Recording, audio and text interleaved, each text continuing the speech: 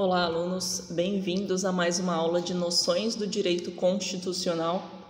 E hoje a gente vai finalizar o tema Classificação das Constituições, onde eu vou trazer um resumão para vocês. Inclusive, esse resumão está disposto na apostila, na página de número 33, e a partir daí a gente vai conseguir iniciar um assunto novo. E o próximo tema da aula será a aplicabilidade das normas constitucionais. Esse tema, quanto à classificação das constituições, ele é bastante extenso e bastante detalhado também.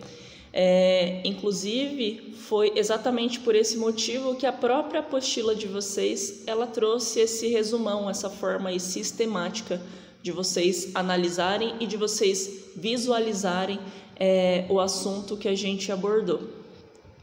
Então, só repassando por esse assunto que eu já comentei com vocês, então, resumidamente, ele vai se dar da seguinte forma, tá? Então, se você quiser, se você puder copiar esse resumão no seu caderno, vai ser bastante interessante, bastante importante também para vocês entenderem, tá? Vai ficar muito mais visual, vai ficar mais ilustrativo, se vocês fizerem, assim como na apostila, essa forma de tabela, certo? Então, na apostila está da seguinte forma: classificação das constituições. E a gente tem várias espécies de classificação, e a gente inicia lá na classificação quanto à origem, tá, da Constituição. Então, a Constituição ela pode ser originariamente outorgada, democrática, cesarista ou dualista, certo? Então, dentro dessa classificação quanto à origem, a gente tem 4 subdivisões. Aí a gente tem a classificação quanto à forma da Constituição também, tá? Como que é a formatação dessa Constituição? A gente vê aqui pela nossa Constituição, pela atual Constituição de 88, que a nossa é escrita, mas além da escrita, a gente pode ter a Constituição também não escrita, tá? Classificação quanto à origem se subdividiu em 4, classificação quanto à forma se subdividiu em 2, tá? Então, há 2 formas de existir uma Constituição: a forma não escrita e a forma escrita. A gente está acostumado aqui com o direito positivado, tá? Fazer a leitura escrita da nossa Constituição. A próxima classificação é a Constituição quanto ao seu modo de elaboração. Como que essa Constituição ela foi elaborada? E a partir desse tema também a gente tem mais 2 subdivisões. A gente pode ter uma elaboração dogmática e a gente pode ter uma elaboração histórica de Constituição, se subdividindo em 2, e como exemplo, a nossa Constituição ela é dogmática, tá? Dogmática como conceito, e está até descrito para vocês, significa que foi elaborada em um determinado momento, segundo os dogmas, tá? Os ensinamentos, a situação que se encontra politicamente o país. Aí, a partir dali, a partir desse dogma, dessa existência, a Constituição ela passa a existir, a ter os seus fundamentos. Além do modo de elaboração da Constituição, a outra classificação é quanto à sua estabilidade. Uma Constituição, ela é muito estável ou ela é pouco estável, tá? O que significa? Significa dizer, né, se ela é bastante mutável ou se ela é pouco mutável. E aqui, quanto à estabilidade, a gente tem 3 subdivisões. As constituições elas podem ser imutáveis, podem ser rígidas e podem ser semi-rígidas, tá? Cada uma dessas subdivisões elas indicam se a Constituição ela é de fácil modificação, se ela é de difícil modificação ou se ela não é modificável, tá? Há variantes aqui com relação a essa determinada classificação quanto à sua estabilidade. A gente tem a classificação quanto ao conteúdo também da Constituição. e essa classificação vai se subdividir em mais 2 subespécies. Então, a constituição, elas podem ser materiais ou as constituições podem ser formais. A classificação próxima é quanto à extensão da Constituição. Então, essa Constituição, ela pode se subdividir em 2 subespécies, quais sejam analíticas e sintéticas. Lembrando que eu só estou passando pela classificação e a subdivisão porque a forma conceitual está na apostila e o conceito eu já passei para vocês. Então, se eu for passar o conceito novamente, a gente não vai conseguir avançar, porque o conceito ele é tão detalhado que a gente precisa desenvolver o assunto e passar adiante para a matéria. Então, se você não lembrar disso que eu estou falando, você precisa voltar no seu caderno e você precisa fazer a leitura da apostila, tá? Só estou repassando no conteúdo. A gente tem a classificação quanto à correspondência com a realidade, e aqui se subdivide em 3 subespécies. Podem ser normativas, nominativas e semânticas. A outra classificação é quanto à finalidade da Constituição. Temos as constituições garantia, constituições dirigentes, constituições balanço, tá? Se subdividindo em 3 subespécies. Então, por isso que eu falei para vocês, é um tema bem detalhado. Você aprendeu uma classificação, se divide aí em mais uma, 2, 3 ou 4 subespécies. A gente tem a classificação quanto ao conteúdo ideológico, tá? Qual é o ideal de constituição para aquele determinado país, se subdividindo em mais 2 subespécies.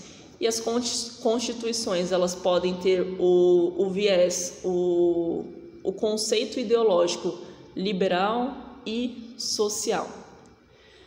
A penúltima classificação, que é quanto ao local de decretação, e não sei se vocês se lembram, mas eu dei o exemplo, por exemplo, do Brasil colônia, onde poderia ter feito uma constituição lá em Portugal, porém ser utilizada aqui no Brasil, tá?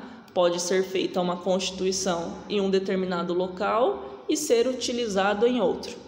Ou a própria constituição ser realizada dentro do país mesmo, que é o mais comum e que é o que aconteceu aqui com a Constituição de 88. Então, existem 2 subdivisões, que são heteroconstituições e autoconstituições. A última classificação, que é quanto ao sistema, elas podem ser principiológicas ou preceituais. Então, quanto ao sistema, se subdivide em mais 2 subespécies.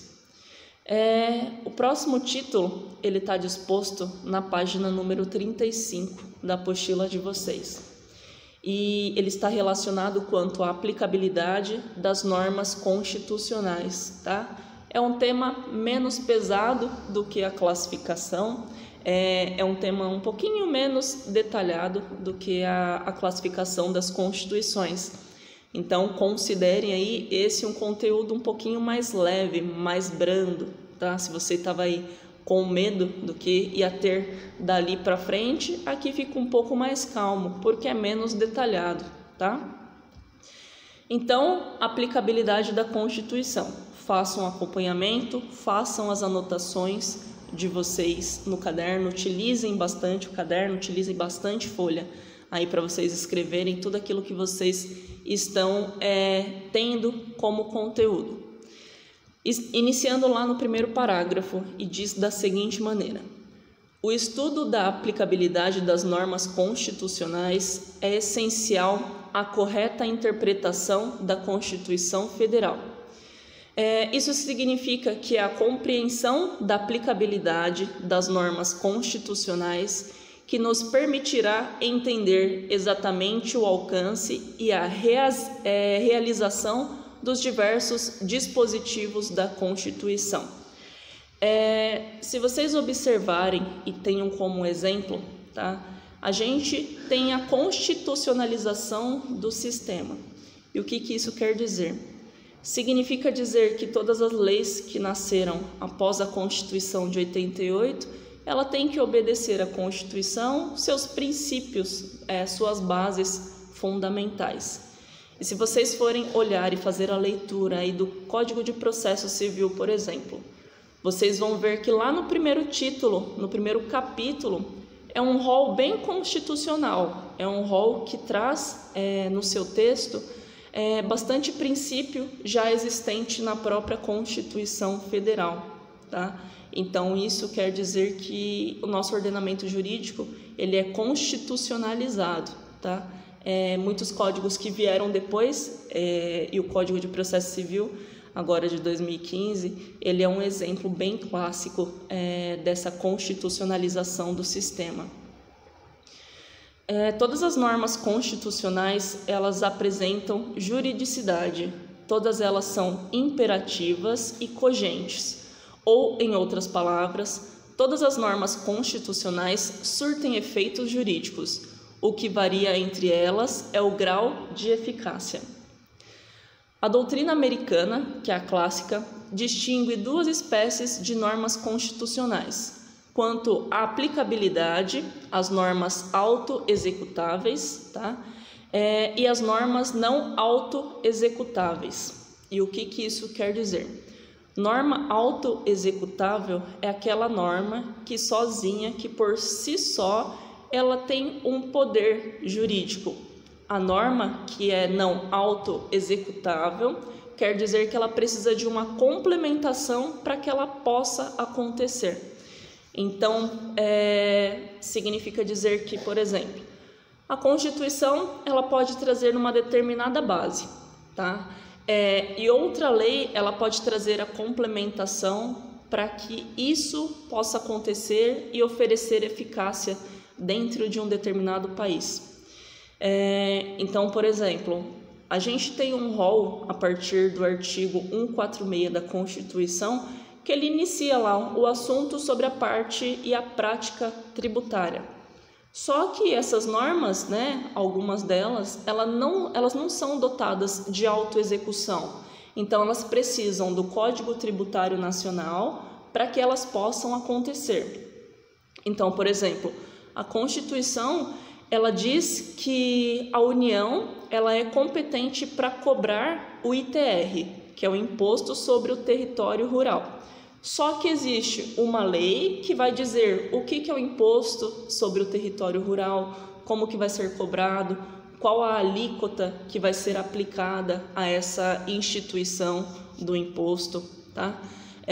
Então, é uma lei e é um artigo que ele não tem uma autoexecução. Ele sozinho, ele não consegue oferecer toda a eficácia necessária para o ordenamento jurídico. As normas autoexecutáveis são normas que podem ser aplicadas sem a necessidade de qualquer complementação. Então, aquilo que eu já disse, como exemplo aí do Código Tributário Nacional e das leis tributárias. São normas completas, bastantes em si mesmas.